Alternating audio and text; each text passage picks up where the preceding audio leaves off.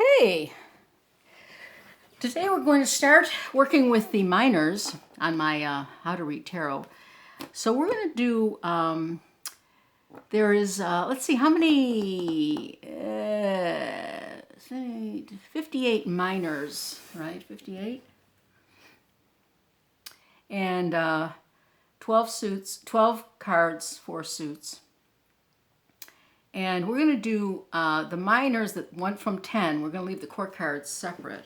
So we're going to look at the wand suit. We're going to look at them in order. We're just going to talk about each card. I'm going to explain how these can be read. Every card can be read many ways. And the more you do tarot, the more you can kind of mix and match, kind of decide intuitively how to read the card. You can also read the card multiple ways in one reading as well, because there's not just one meaning. You can get layered meanings as well with each card.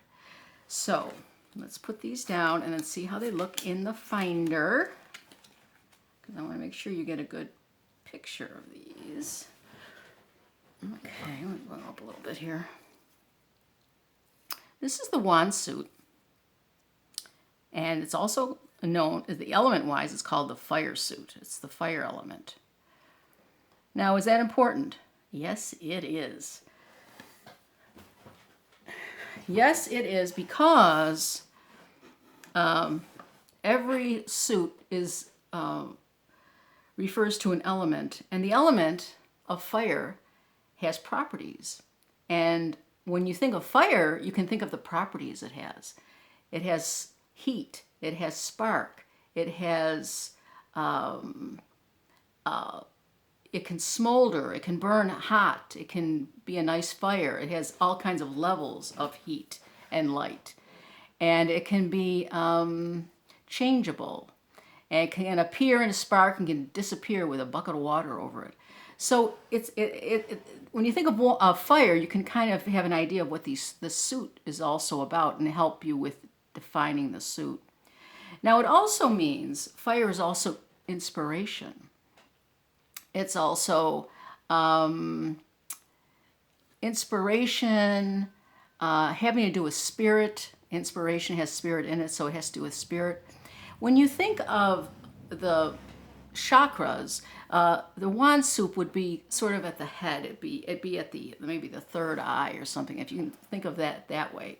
This spark of intuitive knowledge, this energy that's very fiery and passionate. And so just keep that in mind. Now, how do you remember that the wand suit is the fire suit? I had trouble with that because these are pieces of wood. They look like branches. So how does that, it seems like this wouldn't be fire. But when you look at the Rider-Waite-Smith, you see the branches and there's growth on them. So what that means is this is a suit where there's growth. There is a lot of growth potential. And so the wand suits are fire and growth. Now, if you look in a book for the Rider-Waite-Smith books, and you look at each suit and each number of each suit, like the Ace of Wands, the Two of Wands, 3, 4, 5 of Wands, 6, 7, 8 of Wands, 9 of Wands, 10 of Wands, you'll have meanings. You'll have multiple meanings. What we're going to do now is we're going to look at just a couple ways of looking at them that you really don't have to refer to the book. Well, actually, maybe even 3 or 4 meanings. The first way you can look at these and interpret them is by just seeing what they are, just looking at them, just like we did in the first session. You can just look at a card and talk to yourself about the card, what's happening, what you like about the card, and what it means to you. So yeah, you can do that intuitive reading at any time in a reading. You can also do a reading that's a little bit more traditional with meanings, and then you can also put that in there. If you're kind of lost for a meaning, go back to the picture again. So what do we have here? We have an Ace of Wands, and this is the Ace of Fire. This is the spark. So when you think of fire, you think of, the flint and the whatever it's called, the flint and the spark that it starts, and then the fire begins. So this is a spark of an idea. And you see there's potential for growth. You see all the leaves coming out of it. So this is a living thing, this wand. And it's being handed to you by the hand of God. That's what all the aces are. The aces are powerful because they have the potential of the whole suit. And they also have, because they have the seed of the whole suit. So this is also a new beginning. So when you see aces, you see new beginnings, you see sparks of activity, and you see a spiritual aspect to it because it's always the hand of God that's giving you the one. And so the other thing is you think of is the number one. And number one is the beginning. It's the starting of something. So ones are also the beginning of something, not just the spark, not just the hand of God, but at the beginning of something. And just by the number, you would know that. So here we have a card that we can read as a number one, the beginning of something, the beginning of a chain of events. We see number one as a spark, something new, a oneness to it. We see growth because we see the picture with the leaves growing. And then we see fire, which again has its spark, has this energy that it gives it, this excitement, this inspiration. And so with this one card, knowing that it's a number one and knowing that it's the fire suit, we can give it a lot of meanings by looking at the card and by the number and by the element. Let's go with the next one. So again, this is, you shouldn't get too wrapped up with this. This is number 2 of fire. It's the fire suit.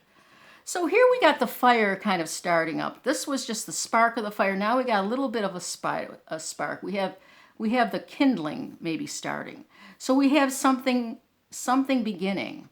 And twos, what are twos? Well, twos are duality. Twos are choices. So all your twos is where you have to make a decision, this way or that way. So we have this fiery energy that's moving from the 1 to the 2. So it's more of like a kindling fire of something. And that we have to kind of make a choice. And he's looking here and he's kind of wondering what to do. I see him looking at that globe and thinking, like, which way should he go? What should he do? He's pondering what his next move is. And what his next move is has to do with fire, has to do with an idea, has to do with inspiration, has to do with some exciting endeavor because it is fire. So here we see a card that has, you could look at the picture and just read the picture. You see it's twos. There's a 2 there, which means there's a choice to be made. You see that it's fire, which means there's a kindling. There's a little fire being started. And then, so that's how you see your twos of fire. Or your 2 of wands. The 3 of wands. Now 3s are where, the 2s are where you have to make a choice, where you have options. You're thinking and you have options. The 3 is where you make a choice. The stalemate no longer exists. You don't no longer have the 2. You've made this choice and you have a 3rd. So that 3rd, the 3s are usually signs of creativity or some movement forward. So 3s are breaking the pair, making a 3rd, and going in a new direction. So you can also see 3s as creativity. Now we have fire. This is a fire suit, so we have the fire of creativity. Now we got something going. We got a fire that's more than kindling. We have an idea. We are inspired by something, and it's moving us forward. Now the book would give you another meaning of this card. Well, one of the other meanings is like waiting for your ship to come in. You could also take that meaning from the book and say, well, this is waiting for your ship to come in. But it's good to kind of see cards in multiple ways, see the meanings in multiple ways. Look at the number, consider the element, see where it is on the continuum. Like 3s are still pretty low, so we don't have a huge fire going here. We don't have a lot of energy going here. We have the beginnings. The energy is building, but it's not all the way down here at all. It's not the second row. So, so the 3 is setting out on a course. It's movement. It's breaking the duality, the choice that's here. You made the choice, and now you're on a different path, and it's a new path, and it's an exciting path because this is fire. So it's all passion and fire and inspiration. Now you'll start noticing as we go in with these numbers, we have odd numbers and even numbers. There's an ebb and flow of odd numbers and even numbers.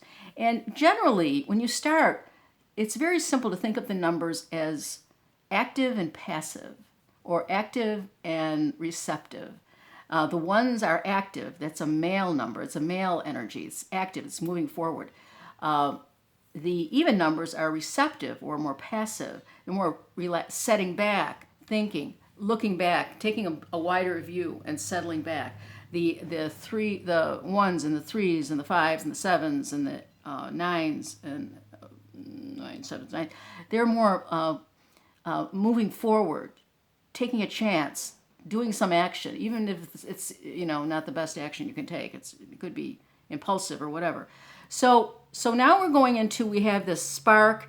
Then we had that moment of decision. We're weighing our options. We're looking at our options. We're thinking. We're wondering which way to go. Then we make a decision here on the threes, the three of fire. We make a decision about which way to go. We're passionate about it. We're excited about the new idea. We're moving forward.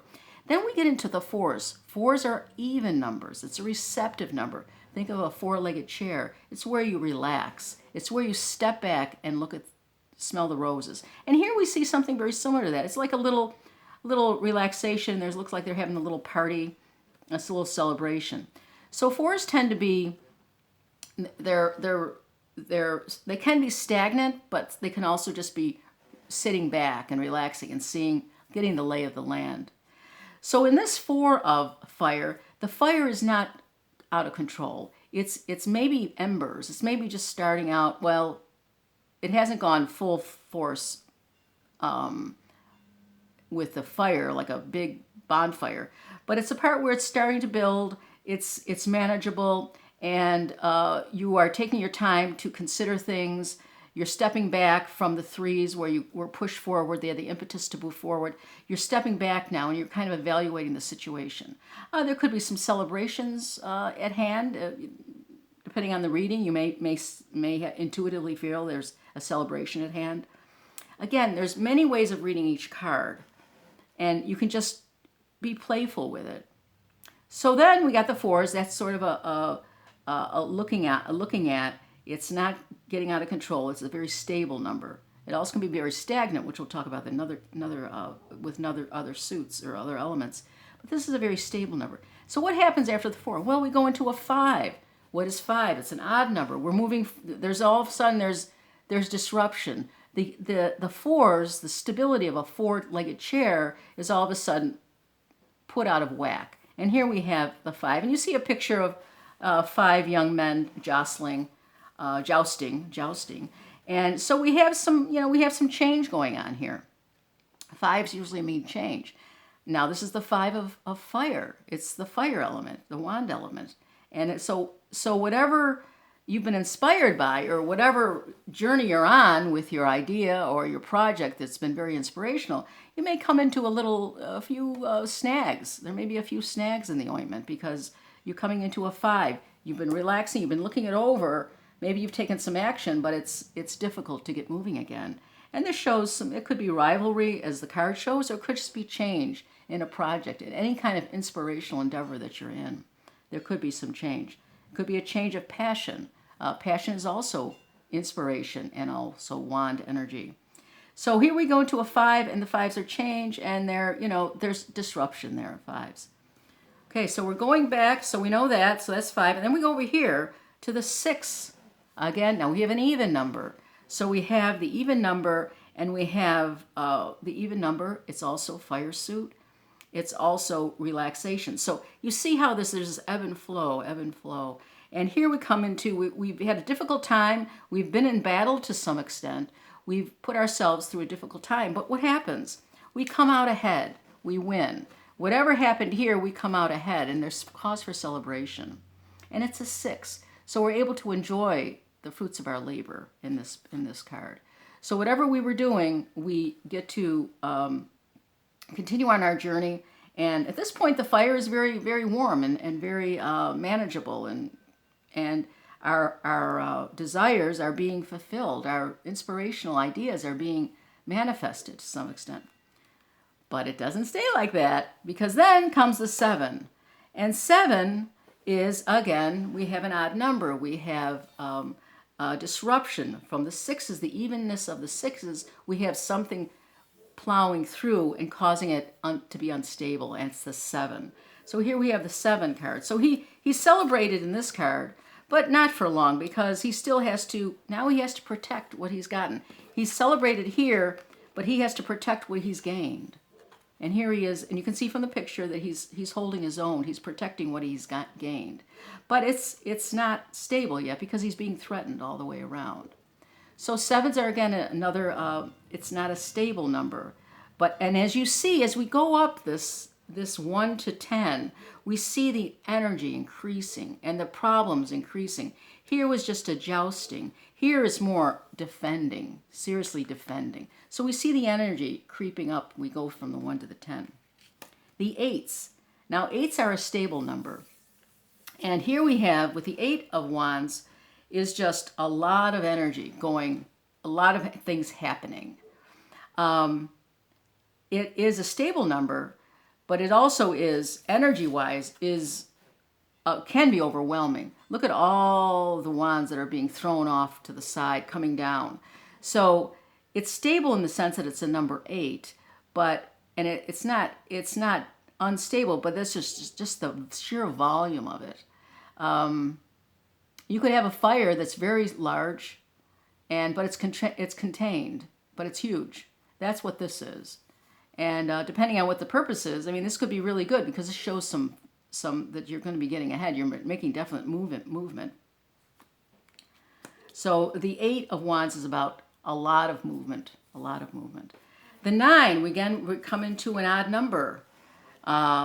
We got into a lot of movement with this card, a lot of activity on multiple fronts, and it's working towards you. It's working to your benefit, but it's tiring you out. You have the 9. He's embattled. He has a thing around his head. He looks tired. He's holding his own. He's got the 8 wands there, and he's holding the 9th wand, but he's getting tired. This journey of his is breaking him down. It's just breaking him down. But we're getting closer to the end of the cycle. And then at the final end of the wand suit is the 10 of Wands, where he gathers all his wands and he returns home. So, this looks at, a lot of people say that's a heavy burden. A lot of people would say, well, this is the end of it. This is the end of all his struggling, because he's coming home. He's bringing his wands. He's bringing all his ideas, all his inspirations. He's gone through the gauntlet, and he's carrying these. He's not leaving these behind. He's carrying them. He's taking them with him. So he's learned from this journey that he's taken, this journey of inspiration, this journey of passion, and he's going home. And that is the end of the suit. So that is how you would read these cards, in my opinion. Just to keep in mind, not to overstate it, but just to go over it one more time. You have many ways of reading one card, and the first thing to look at is the suit itself, the element. And the wand suit is the inspiration suit. It's also the fire element. So inspiration and fire go together. Any attributes you can give fire, you can give the wand suit. This growth, well, you see the growth of the leaves on the wood, on the trees. You can always get passion.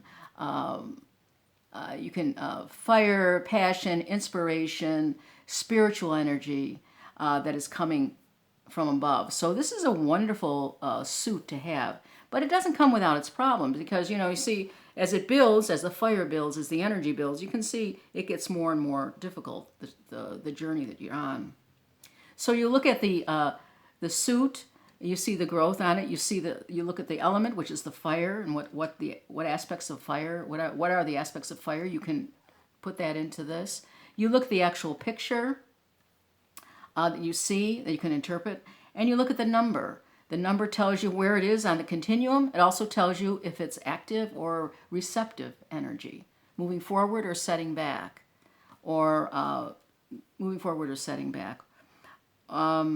So that's how you would read the wand suit.